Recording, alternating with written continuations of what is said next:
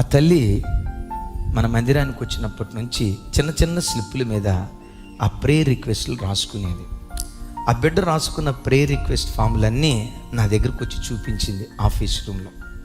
ఆ స్లిప్పులో సేవకురాళ్ళ కొరకు, సేవకుల కొరకు, సంఘ అవసరతల కొరకు, అన్నయ్య ప్రతిరోజు ఉదయం 5ంటికి ఈరోజు నేను వాక్యం వినలేదు అని చెప్పడానికి వీల్లేదు.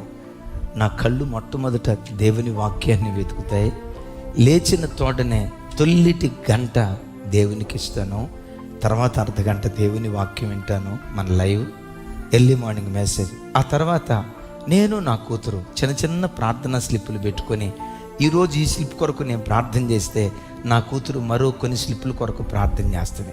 ఆ తర్వాత రోజు నా కూతురు చేసిన ప్రార్థన స్లిప్పులు నేను తీసుకుంటా, నా ప్రార్థన స్లిప్పులు నా కూతురు తీసుకుంటుంది. ఇద్దరం కలిసి రోజు ప్రార్థన చేస్తాం.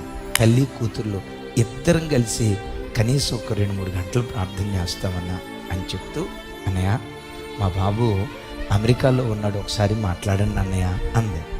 మంచిదమ్మా చేయరా తల్లి, ఫోన్ చేయి మాట్లాడతాను అన్నాను. ఫోన్ చేసి నేను అడిగా సరదాగా, తమ్ముడు అమెరికా బాగుందా ఇండియా బాగుందా అన్నా. ఆ బిడ్డ ఏమన్నాడు తెలుసా, అమ్మ ఎక్కడుంటే అక్కడే బాగుంటుంది, అమ్మ లేని అమెరికా నాకు శూన్యంలాగా కనపడుతుంది అన్నాడు. తల్లి నువ్వెంత ధన్యురాలి అనిపించింది. అమ్మ లేని అమెరికా అందవిహీనంగా కనపడుతుంది.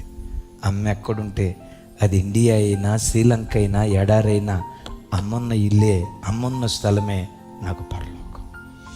నా ప్రభు బిడ్డలారా, దేవునితో నీ కుటుంబానికి సరైన సంబంధం ఉంటే, నీ కుటుంబంలో ప్రతిరోజు కుటుంబ ప్రార్థన జరిగితే, కుటుంబంలో ఉన్న ప్రతి వివాదాన్ని పరిష్కరించే వేదిక కుటుంబ ప్రార్థన బలిపీఠం. కుటుంబ ప్రార్థన బలిపీఠం, కుటుంబ ప్రార్థన బలిపీఠం అనే వేదిక నీ ఇంటిలో ఉంటే పిల్లలు తిరుగుబాటుదారులైన, అవిధేయులైన వారిని విధేయులుగా మార్చే శక్తి కుటుంబ ప్రార్థన బలిపీఠం దగ్గర దాగుంది.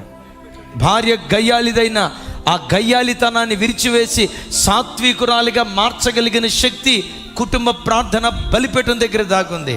భర్త తాగుబోతైనా, తిరుగుబోతైనా, అక్రమంలో బ్రతికేవాడైనా ఆ భర్తను సౌలును పౌలుగా మార్చినవాడు, యాకోబుని ఇశ్రాయేలుగా మార్చినవాడు, ఆ భర్తను మార్చగలిగిన శక్తి కుటుంబ ప్రార్థన బలిపీఠం దగ్గర దాగుంది. బలిపీఠం దగ్గర దాగుంది.